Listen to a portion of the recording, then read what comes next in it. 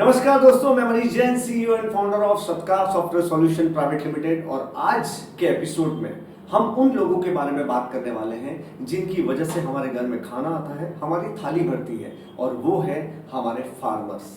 दोस्तों, यूं तो दुनिया में हर कोई टेक्नोलॉजी और डेवलपमेंट की बात कर रहा है, लेकिन फिर भी एक कंट्री की बैकबोन होती है एग्रीकल्चर और फार्मर्स। लेकिन रियलिटी ये है कि उन फार्मर्स को सबसे ज्यादा निगलेक्ट किया जाता है, इग्नोर किया जाता है, क्योंकि उनको सब्सिडी या फ्री में बीज देने से कुछ भी नहीं होगा, उनको फायदा होने वाला नहीं है। उनको फायदा होने वाला है, उनको चाहिए, एक फार्मर्स को चाहिए लॉन्ग टर्म सपोर्ट, आपका गाइडेंस और आपका नॉलेज। क्योंकि जब एक फार्मर को अच्छा नॉलेज मिलेगा तभी वो कोई भी प्लांट से अच्छी खेती कर पाएगा। तो उसको नॉलेज, उसको सपोर्ट की जरूरत है। और बहुत चुनिंदा लोग हैं इस दुनिया के अंदर जो फार्मर्स को सपोर्ट करते हैं, प्लांट देते हैं, उनको गाइडेंस भी देते हैं ताकि वो एक अच्छी खेती कर पाए। और उन्हीं में से एक इंसान आज हमारे साथ हैं, पानसाली नर्सरी के ऑनर बालकृष्ण पानसाली जी, जो फार्मर्स को पैरेलली लेके चलते हैं, जो उनको प्लांट्स ही नहीं देते बल्कि उनको ग्रो भी करवाते हैं, उनको सपोर्ट भी करते हैं, उनको गाइडेंस भी देते हैं। और आज के एपिसोड में हम उन्हीं फार्मर्स के चैलेंजेस के बारे में, किस तरह से वो फार्मर को सपोर्ट करते हैं, इसी के बारे में बात करते हैं। तो इस एपिसोड को आप एंड तक जरूर देखिएगा। तो सबसे पहले हम वेलकम करते हैं हमारे गेस्ट का, बालकृष्ण पानसाली जी। आपका बहुत बहुत स्वागत। नमस्ते। नमस्ते। थैंक यू सर, आपको यहाँ आने के लिए। और आज हम बात करने वाले फार्मर्स के बारे में। तो जैसा कि हम जानते हैं कि फार्मर्स से आपका बहुत डीप कनेक्शन रहा है, आप काफी जुड़ाव से रहे हैं और काफी सालों से आप फार्मर्स के साथ काम करते हैं। तो आप हमें बताइए कि आखिर एक किसान की जिंदगी में क्या चैलेंजेस, बिगर चैलेंजेस आते हैं प्लांटेशन में? मतलब फार्मर्स चैलेंजेस लेके ही पैदा होता है। तो आप समझ लो कि क्लाइमेट भी उसके लिए चैलेंज है, मार्केट भी उसके लिए चैलेंज है, और मतलब जो कुछ उसको सपोर्टिव सिस्टम है गवर्नमेंट से वो भी चैलेंज है। और साथ साथ में फार्मर्स को किस टाइप का प्लांट्स लगाना है, किस टाइप से इनकम पाना है, इसके लिए जो मतलब एक नो हाउ चाहिए, ये मेरे को लगता है सबसे इम्पोर्टेंट चैलेंज है कि उसको एग्जैक्ट नो हाउ नहीं होता है कि वो कैसे एग्रीकल्चर को एज ए करियर बनाए। ओके, तो ये सबसे बड़ा चैलेंज है कि कैसे वो कौन सा प्लांट लगाना चाहिए, कैसे वो एग्रीकल्चर को एज ए करियर बनाए। जी। तो जैसे कि उसके सामने वेरियस ऑप्शंस रहते हैं कि वो टिम्बर प्लांट लगाए या ट्रेडिशनल प्लांट लगाए या फ्रूट प्लांट लगाए। तो उसको उसकी इनकम बढ़ाने के लिए बेसिकली आज के फार्मर जब अमीर बनेंगे तभी वो अच्छा काम कर पाएंगे। तो उसकी इनकम सोर्स सस्टेनेबल करने के लिए उसको कौन से प्लांट्स पे फोकस करना चाहिए, और उसको आप उसको ट्रेडिशनल प्लांट्स को और फ्रूट प्लांट्स को अगर कंपैरिजन देखें तो आप क्या देखते हैं? जी देखिए मनीष भाई, अभी मतलब फार्मर्स के लिए अलग अलग ऑप्शंस अवेलेबल है। जैसे आप बोले कि फ्रूट प्लांट्स है, टिम्बर प्लांट्स है, फ्लावरिंग के प्लांट्स है, सब्जियां भी है। लेकिन इन सब का कंपैरिजन देखे तो फ्रूट प्लांट एक ऐसी चीज है कि एक तो 2-3 साल में चालू हो जाती है, मतलब उसका वेटिंग पीरियड जो है वो लिमिटेड है। और दूसरा बात, लॉन्ग टर्म में चलने वाली चीज है, 10-20 साल मिनिमम चलती है। तो इसीलिए ओवरऑल देखे तो एक गोल्डन बोलते हैं ना, गोल्डन कॉम्बिनेशन तो फ्रूट प्लांट में मिल जाता है। ओके, तो फ्रूट प्लांट्स में उनको ज्यादा क्यों, आखिर क्या फ्रूट प्लांट्स ऐसे क्या बेनिफिट्स देते हैं, उसमें क्या क्या बेनिफिट्स हैं? देखो आप कंपैरिजन करो, एक है टिम्बर प्लांट, तो टिम्बर प्लांट अच्छा जरूर है, लेकिन जो मतलब गिने चुने फार्मर है या जिसके पास बहुत बड़ा लैंड बैंक है कि 100 एकड़ खेती है, 50 एकड़ खेती है, और वो फार्म में नहीं जा पाता तो टिम्बर में जा सकता है। लेकिन जिसके पास 10-20 एकड़ है और वो टिम्बर में जाए तो 10 साल के पहले उसको इनकम ही नहीं मिलना है। करेक्ट, तो हो गया ना लॉकिंग पीरियड, 10 साल बोले तो बहुत बड़ा हो गया। वो फ्लावर्स में जाता है, तो फ्लावर्स का मार्केट इतना अनप्रेडिक्टेबल है, करेक्ट, कि आप पूछो मत। उसने फूल मतलब गेंद के फूल लगवाए और पता चला कि दिवाली में रेट डाउन हो गए या दशहरे में रेट डाउन हो गए, तो वो अनप्रेडिक्टेबल है। और फ्रूट प्लांट्स में वैसा नहीं है। फ्रूट प्लांट्स में वो एक बार मतलब थोड़ा सा वेटिंग पीरियड तो उसमें भी होता है, लेकिन उसको भी अभी सॉल्यूशन दे चुके हैं। मतलब कोई नारियल का पेड़ लगाना चाहता है, और पहले तो 6 साल के बाद नारियल आता था, अभी हमारे पास पेड़ ही ऐसा मिल जाता है कि 2 साल में फल आ जाएगा या 1 साल में फल आ जाएगा, उसको फल के साथ भी नारियल ले जा पाएगा। तो ये भी सेटल हो रहा है और साथ साथ में उसका रेट जो है वो स्टेबल रहता है। मतलब अपन एवरेज निकालते हैं ना, तो आप देखिए कि फ्रूट प्लांट्स वाले ने 10 साल का इनकम लिया तो 10 साल में उसको ऑन एन एवरेज सबसे बेस्ट यील्ड मिलेगा, बेस्ट मुनाफा मिलेगा। इसलिए मैं हमेशा सब चीजें देख के, मतलब हम 3 जनरेशन से इस फील्ड में काम कर रहे हैं, तो मेरा जो नजरिया है तो फ्रूट प्लांट में फार्मर को सबसे अच्छा मैनेज हो जाता है, सस्टेनेबिलिटी आ जाता है। इसलिए मैं कहूंगा कि किसी को भी अच्छा सस्टेन मॉडल रन करना है तो फ्रूट प्लांट ये सबसे अच्छा ऑप्शन जाना चाहिए। अब मैंने देखा कि कई सारे नर्सरी वाले सिर्फ प्लांट बेच देते हैं फार्मर्स को। जी। जैसे आपका जो है, मैंने देखा कि आप गाइडेंस देते हैं, लॉन्ग टर्म सपोर्ट देते हैं। तो आखिर एक फार्मर को प्लांटेशन शुरू करने से पहले किन किन चीजों की प्लानिंग करनी चाहिए, क्या तैयारी करनी चाहिए? बहुत सही कहा आपने मनीष भाई कि इतना 20-25 साल या कोई चीजें 40-50 साल भी चलती है, तो इतना बड़ा प्लानिंग करने का है तो आप ऐसा ही कुछ मन में आया तो कर दिया, ऐसा करने से अच्छा नहीं होता। करेक्ट। हम हमेशा कहते हैं कि आप प्लांट्स लगाना है ये सोचते ही आप एक बार हमको मिलो, या मतलब हमारा जो पूरा प्रॉपर सिस्टम अवेलेबल है फार्मर्स के लिए कि वो फोन करे, हेल्पलाइन है, वहाँ उनकी कुछ दिक्कतें पूछ ले। और हम इसमें स्पेशली बता दूं कि जरूरी नहीं कि हमसे प्लांट्स लिया हुआ फार्मर चाहिए, जिसने हमसे प्लांट्स नहीं लिए हो और उसको भी कुछ दिक्कत है तो भी वो जरूर हमारे हेल्पलाइन में वो पूछ सकते हैं। क्या बात है। हाँ, और फिर जब कोई मतलब नया प्लानिंग कर रहे हैं तो वो मार्च अप्रैल में हमारे को अप्रोच करते हैं कि हम अभी जून में ये लगाना चाहते हैं। फिर हम उससे सारी चीजें समझ लेते हैं कि उसके पास लेबर कितना है, उसके पास वाटर सोर्स क्या है, सॉइल का क्वालिटी क्या है, उसका मार्केट कहाँ है, और ये सब चीजें समझने के बाद उसको हम रिकमेंडेशन देते हैं। और इतने पे बात खत्म नहीं होती, पैरामीटर्स बहुत है सारे। आपको और एक मतलब समझने के लिए पैरामीटर बता दूं कि प्लांट्स का स्पेसिंग कैसे रखना है, उस पे भी यील्ड का ये चेंज हो जाता है नजरिया। मतलब एक एग्जांपल लेके चलो, जैसे कि आम का एग्जांपल लेते हैं, तो आम में अलग अलग टाइप के प्लांटेशन के टेक्निक्स है, उस पे निर्भर होता है कि उसका यील्ड कैसे आएगा।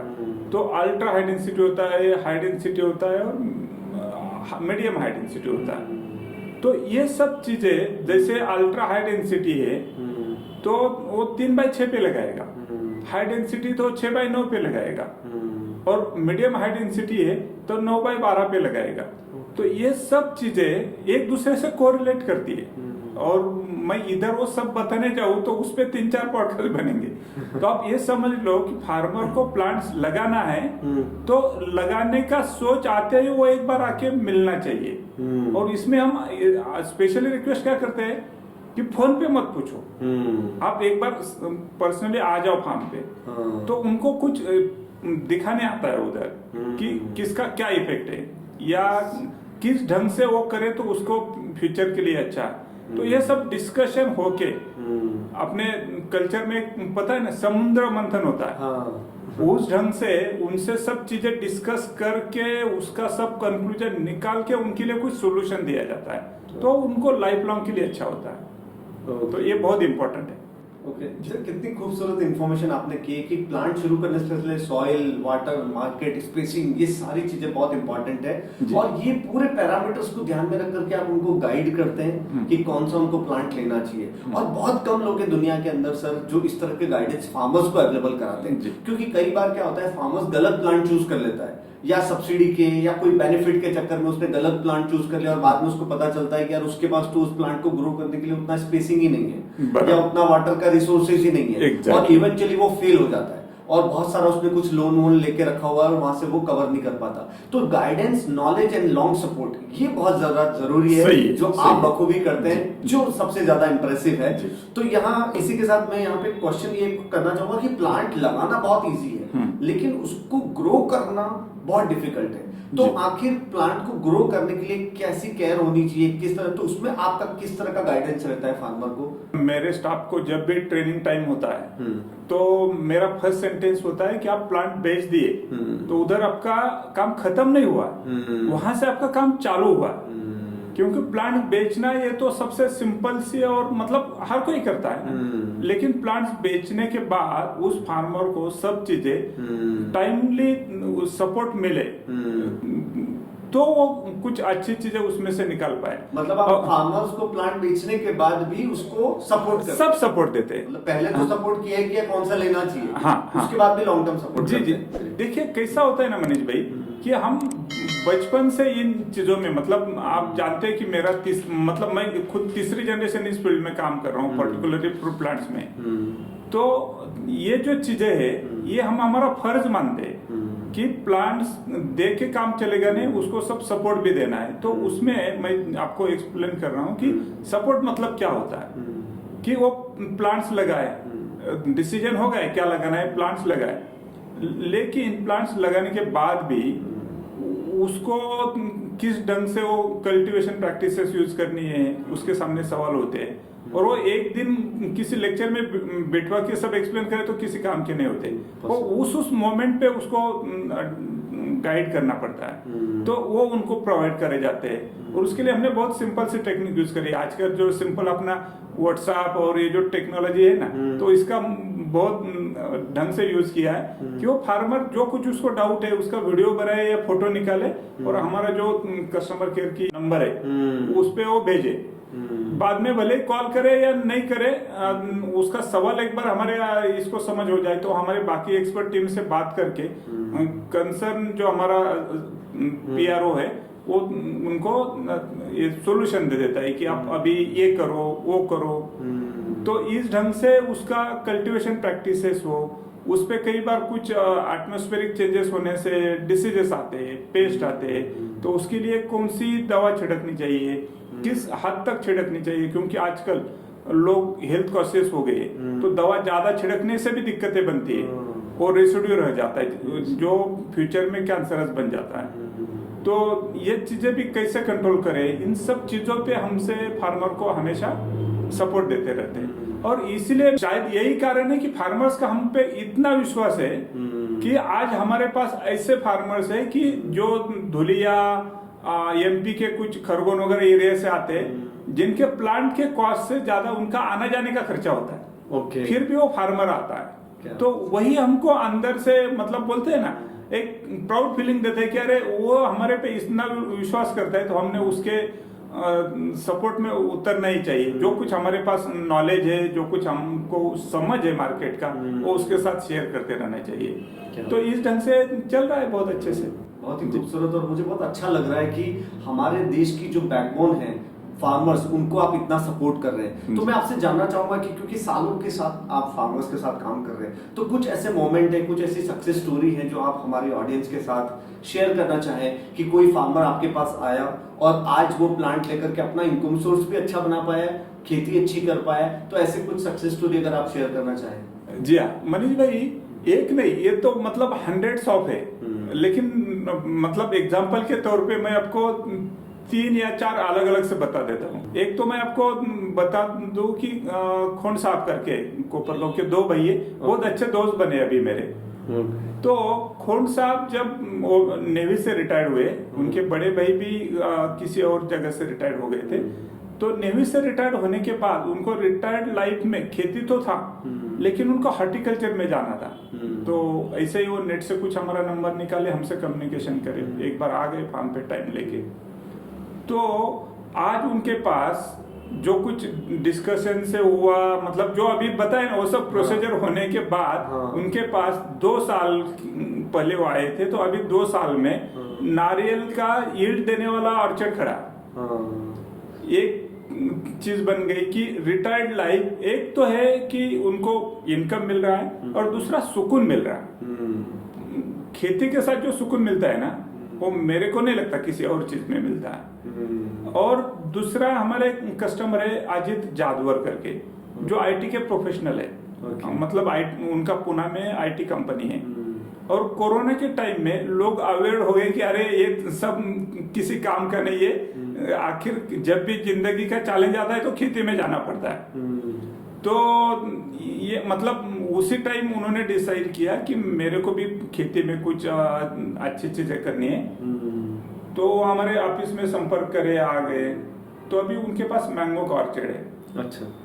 और मेरे को बहुत खुशी होती, वो जब आम का हार्वेस्टिंग होता है ना, तो पहले 4-5 दर्जन का एक पेटी हमको भेज देते। अच्छा। तो इससे ज्यादा प्यार क्या हो सकता है, आप बताओ। और दूसरे बाजू अभी उनका आईटी का जो काम है वो भी अच्छा चल रहा है, और साथ साथ में उनका खेती भी अच्छा एस्टेब्लिश हो गया है। तो मैं कहता हूँ कि लिए कोरोना संकट नहीं रहा, कोरोना ने तो उनको ये अपॉर्चुनिटी दी कि वो खेती में भी कुछ अच्छा करें। और आपने सही बोला कि कोविड की वजह से हाँ, उनको ये मौका मिला कि चलो हम अपना खेती पे भी उनका ध्यान गया। अभी मेरे को उस कस्टमर का भी नाम भी याद नहीं है, लेकिन वो बीड साइड से कुछ थे। तो वो बंदा हमारे यहाँ प्लांट्स लेने आया था। तो मैंने ऐसे ही नजर पड़ी, तो मैंने पूछा कहाँ से आए हो, क्या है। 20-22 साल का लड़का था, और ज्यादा कुछ पढ़ाई भी नहीं शायद उसकी, 8वीं 10वीं पढ़ के वो अपने खेती में लग गया था। तो बोला साहब अंजीर लगवाना है, ये करना है। तो 2-5 मिनट में मैंने जो कुछ समझ लिया, तो उसको मैंने थोड़ा सा एक बदल सुझाया कि हमने DOIP करके एक अंजीर का नया वैरायटी डेवलप किया है। अच्छा। अभी आप समझ लो कि नॉर्मल जो अंजीर है वो 40-50 रुपए किलो बिकता है, और DOIP का अंजीर 250 रुपए किलो बिकता है।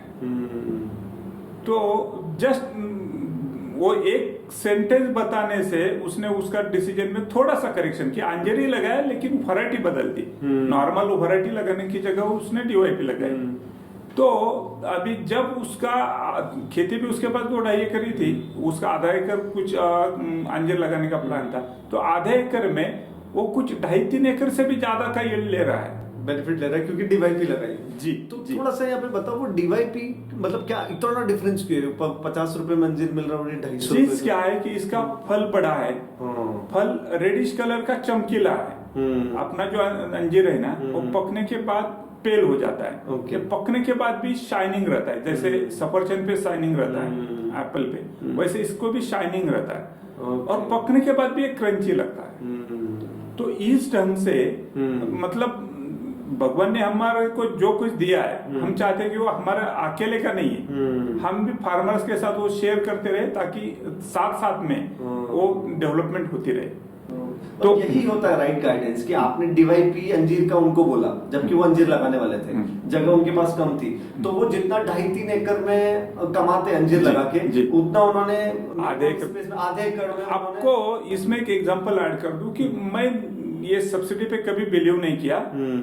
मेरा अलग सोचना है कि आप सब्सिडी से बेटर है कि अपना कुछ प्रॉपर दिमाग लगाओ, ताकि आपको अच्छा यील्ड मिल जाए। एक एग्जांपल, अभी भी लोग ड्रैगन फ्रूट लगा रहे, लेकिन हमने जो लगाया था वो 15-16 साल पहले लगाया था। कि जब ड्रैगन फ्रूट 1 एकड़ में से हम 14-15-16 लाख तक इनकम लिए। अभी ड्रैगन फ्रूट का 1 एकड़ में 2-2.5 लाख से ज्यादा इनकम नहीं होता है, खर्चा तो उतना ही है।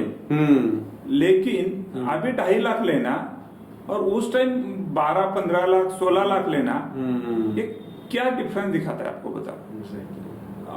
अभी का जो हमारा पाइपलाइन में भी नहीं बोल सकते, ऑलरेडी हमने इस साल से उसको लॉन्च कर दिया। लोंगन करके एक फ्रूट है, जो हम 4-5 साल उस पर स्टडी करें, और हमको पता चला कि इंडिया में इसका कल्टीवेशन अच्छा हो सकता है, लोंगन का। तो हमने हमारा ऑर्चर्ड लगा दिया। हम बेसिकली क्या करते हैं, जो भी कुछ अच्छा है पहले हमारे इधर ट्रायल करते हैं, फिर फार्मर को देते हैं। जो स्पेशली हम बाहर से कुछ लाए तो अभी लोंगन का एक सिंपल लॉजिक है, वो 1 एकड़ में मिनिमम 15 से 20 लाख का इनकम देगा। और कितने साल के बाद देगा? मतलब वो ऑर्चर्ड लगाने से 2 से 3 साल में, 2 से 3 साल में, हाँ, शुरू हो जाएगा। और लगाने के बाद 4 साल में वो अच्छा सा यील्ड देने चालू हो जाएगा। मतलब जो मैं बोला ना 15-20 लाख तब तक जाएगा। तो आप समझ लो ये कौन सा इंडस्ट्री है और कि जिसमें 1 एकड़ में 15-20 लाख का इनकम मिल सकता है। हाँ, अभी इसी में कोई और 15 साल के बाद लोंगने लगाने जाए तो शायद उसको 2 लाख ही मिलेगा, क्योंकि तब तक ये पूरे इंडिया में फैल चुका होगा। तो इसमें कुछ मतलब हाइड एंड सीक नहीं है, ये सिंपल सा टेक्निक है कि आप कुछ भी करना है तो अर्ली करो। मार्केट की टेक्निक समझ लो। और हम हमारे बाजू से कोशिश करते हैं कि फार्मर को जितना ज्यादा हो सके उतना हम इन चीजों में सपोर्ट दें कि क्या करो क्या ना करो। ऐसे भी कई चीजें है कि फार्मर कुछ चीज लेने आया था लेकिन हमने उसको मना किया कि भाई मत लगा भी। जैसे ड्रैगन फ्रूट है, आजकल पिछले 2 साल से कोई लगाने इच्छा जताता है, हम प्लांट्स तो रखते हैं क्योंकि नहीं रखेंगे तो फार्मर कहेगा कि आप नहीं रखे इसलिए मना कर रहे हो। हम बोलते भाई अभी ड्रैगन फ्रूट लगाना है तो थोड़ा सोचो, क्योंकि इसका मार्केट अभी ज्यादा फ्लरिश नहीं होगा। तो इस ढंग से दूसरा एग्जांपल ले लो कस्टर्ड एप्पल का। अभी मतलब इस 2 साल में मतलब अभी क्या चल रहा है 2026, 2023-24 में बोल रहा था मैं कि कस्टर्ड एप्पल का मार्केट डाउन होएगा, क्योंकि हम हर दिन उसमें है ना, तो हमको फटक से आइडिया आ जाता है कि कौन सा रेट ऊपर नीचे जाएगा। तो वही हो गया 25-26 में डाउन हो गया, तो अभी लोग घाटे में जा रहे हैं उसमें। तो इसका मतलब ये भी नहीं कि कस्टर्ड एप्पल का मार्केट खराब है, लोगों ने गलती करी, सब लगाए तो कस्टर्ड एप्पल ही लगाए। अभी कुछ लोग मेरे को मिलते हैं फार्मर्स हमारे, बोलते हैं कि हम अभी कस्टर्ड एप्पल नुकसान में जा रहा है निकाल देते। तो मैं बोलता भाई ऑर्चर्ड मत निकाल, क्योंकि ऑर्चर्ड 20 साल का है। ये भी जो मतलब मैं बोल बोल के कितने लोगों को रुकाएगा जो मेरे संपर्क में, लेकिन बाकी के तो निकलने वाले, तो आपको कहीं ना कहीं वापिस 2 साल में रेट मिलने वाला है। तो ओवरऑल करने का मतलब एग्रीकल्चर में सस्टेनेबिलिटी जो है ना, वो फ्रूट प्लांट के सिवा आ नहीं सकती। ये सीधा सीधा मतलब जी। और कितना खूबसूरत नॉलेज आप दे रहे हैं जो फार्मर्स को बहुत ज्यादा जरूरी है कि कौन से प्लांट लगाने चाहिए, कैसे केयर करनी चाहिए। और सही बात है कि एक इंसान कितने लोगों तक पहुंच सकता है, इसलिए इस वीडियो के जरिए, पॉडकास्ट के जरिए हम ज्यादा से ज्यादा फार्मर तक पहुंच सके, यही मेरी इच्छा है कि जो आप नॉलेज दे रहे हैं वो उनके लिए बहुत ज्यादा इंपॉर्टेंट है कि कौन सा प्लांट उनको किस तरह से डेवलप करना चाहिए। जैसे आपने एक छोटा सा आइडिया दे दिया कि डीवाई पे अंजीर लगा दो, जिससे उन्होंने इतना प्रॉफिट कमा लिया। तो बहुत जरूरी नॉलेज जो आप शेयर कर रहे हैं। लेकिन मुझे ये जानना है कि कई सारे लोग, फार्मर्स को हमेशा इग्नोर किया जाता है, अंडररेटेड हैं, जिनको ज्यादा लोग वैल्यू नहीं करते हैं। आप शुरुआत से फार्मर्स के साथ जुड़े हुए हैं, फार्मर्स की क्यों आज आपकी नर्सरी इतनी बड़ी हो चुकी है, आपके कॉर्पोरेट क्लाइंट्स भी हैं, फिर भी फार्मर्स पे आपका फोकस रहा है, तो उसके पीछे की क्या कहानी, क्यों इतना लगाव आपको फार्मर्स से? जी मनीष भाई, जहां से अपन मतलब पलते गुजरते हैं ना, वो जिंदगी में कभी भूल नहीं सकते। एग्जैक्टली। लास्ट जो आपने पॉडकास्ट बनाया था उसमें मैंने सब चीजें उजागर भी किया आपको कि हम खाने के लिए भी हमको मुश्किल था उस टाइम। इन्हीं फार्मर्स लोगों ने कुछ हमसे प्लांट्स लिए तो हमको हमारा रोजी रोटी मिला। तो मतलब मैं भी मानता हूँ और दादाजी पिताजी से भी यही हमको सीखे कि कितना भी बड़ा बिजनेस बनाओ, लेकिन फार्मर्स का जो सपोर्ट सिस्टम है वो उतना ही, भले आप उसको डेवलप करते जाओ। और दूसरी बाजू है कि फार्मर भी हम पे उतना ही विश्वास करता है। आपको बोला ना मैं कि फार्मर उतना विश्वास करता है, तो मतलब जिससे प्यार जुड़ा रहता है उससे हट नहीं सकते आप। ये बहुत इंपॉर्टेंट है। ओके, तो शुरुआत से जो जड़ आपकी फार्मर्स के साथ जुड़ी हुई है, तो वो एंड तक आपकी बनी रहेगी, आपकी इच्छा है। ओके, और सही बात है कि इंसान को जमीन से जुड़ा हुआ रहना चाहिए, जहाँ से शुरुआत हुई वो शुरुआत कभी भूलनी नहीं। उसमें और एक पॉइंट आपको बता दूं, फ्रूट प्लांट्स का प्रोडक्शन, ये कमर्शियली देखो ना, तो इससे कई ज्यादा ऑप्शंस मेरे पास है कि जिसमें अच्छा मुनाफा मेरे को मिलता है। फिर भी मैं ये सेक्टर प्रॉपरली रन करता हूँ। इसका रीजन यही है कि मेरे को फार्मर के सपोर्ट में आज भी और जिंदगी में रहूंगा, क्योंकि सिर्फ मुनाफा देखूंगा तो मेरे को एक्सपोर्ट का मार्केट ज्यादा अच्छा दिखता है।